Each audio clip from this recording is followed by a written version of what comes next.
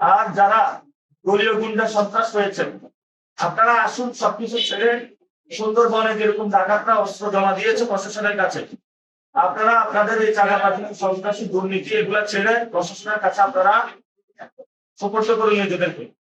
ইনশাল্লাহ আমরা নতুন বাংলাদেশ গঠন করব। বিএনপির অনেক ভাই নেতা কর্মী যারা আছে নির্যাতিত, নিপীড়িত, এখন আবার এই দলের কাছে নির্যাতিত, নিপীড়িত হচ্ছে। ভয় নাই, আমরা আছি। আপনি আমাদের সাথে আসুন, আমরা ইনশাল্লাহ একসাথে ভালো রাজনীতি করব।